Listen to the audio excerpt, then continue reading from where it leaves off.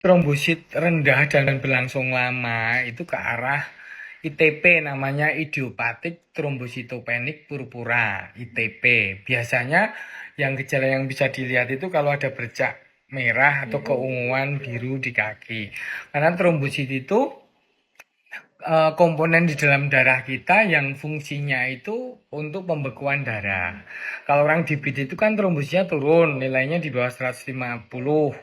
Ya, tapi kalau DBD penurunan trombositnya berlangsung terus akibat infeksi virus dan kemudian naik lagi di hari ketujuh gitu. Dan kembali ke level normal 150 sampai 400 ribu. Nah, kalau Mbak ini udah berlangsung lama, penyebabnya kenapa disebut tadi idiopatik trombositopenic purpura.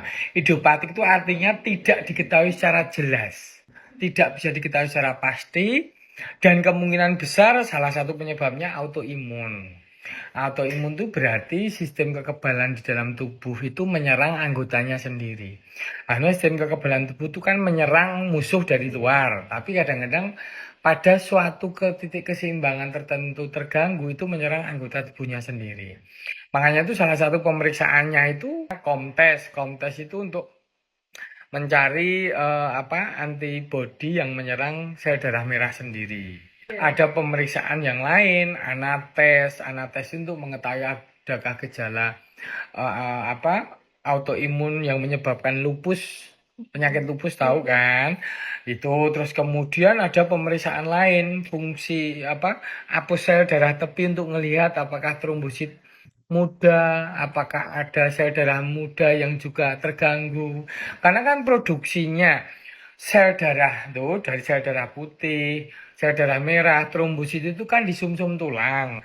Jadi apus sel darah tepi itu untuk melihat jumlah sel-sel yang beredar di dalam darah.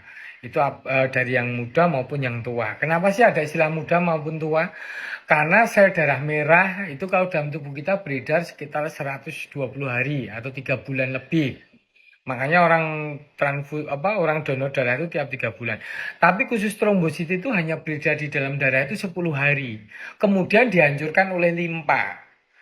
Nah, makanya sampai kalau orang trombositnya terlalu rendah dan ini berlangsung lama dan menyebabkan berakibat terganggunya, misalnya terganggunya keseharian, misalnya mens nggak berhenti-berhenti, perdarahan sedikit kok ngucur darah, nggak berhenti-berhenti, itu bahkan ada yang sampai limpahnya diambil. Begitu kalau yang memang kondisinya ngedrop banget. Ngedrop banget itu bisa di bawah 30, di bawah 20, di bawah 10. Nah, jadi masalah penyebab sekali lagi sulit diketahui. Bahkan ada kemungkinan, kan tadi ya saya sebutkan pertama idiopatik. Kemungkinan kedua, idiopatik itu tidak diketahui. Kemungkinan kedua autoimun itu sistem kekebalan tubuh menyerang tubuhnya sendiri, anggota tubuhnya sendiri. Ketiga, penyebab gangguan keseimbangan karena kehamilan itu bisa.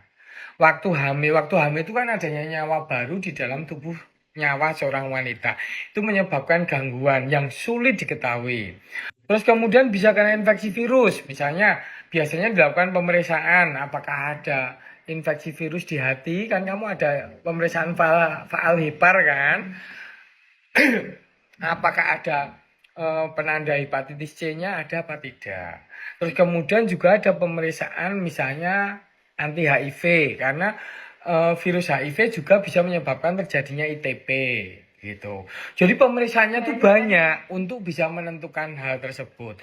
Tapi memang setelah ketemu pun juga terapinya sulit. Karena benar-benar sulit diketahui apakah ini gangguannya memang di produksinya, pabriknya, di sumsum tulangnya, apakah di peredarannya, itu tidak bisa diketahui.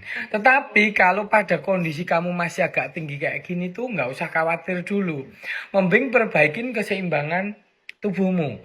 Karena pengobatan nomor satu tuh biasanya steroid. Steroid itu obat-obat anti rematik, obat-obat radang itu diberikan. Kemudian ada yang disuntik dengan imunoglobulin. Kamu tahu kan imunoglobulin itu sistem kekebalan tubuh. Diambil dari pendonor, dimasukkan. Tapi itu jarang sekali karena mahal sekali pengobatannya. Terus ada kemudian obat-obat peningkat trombosit. Misalnya trombopak tapi mahal juga itu. Dan itu belum tentu bisa menjamin trombositmu bisa kembali normal lagi. Lebih baik perbaikin keseimbangan tubuhmu dari sekarang. Dan nanti cek ulang sebulan sekali. Kita lihat polanya.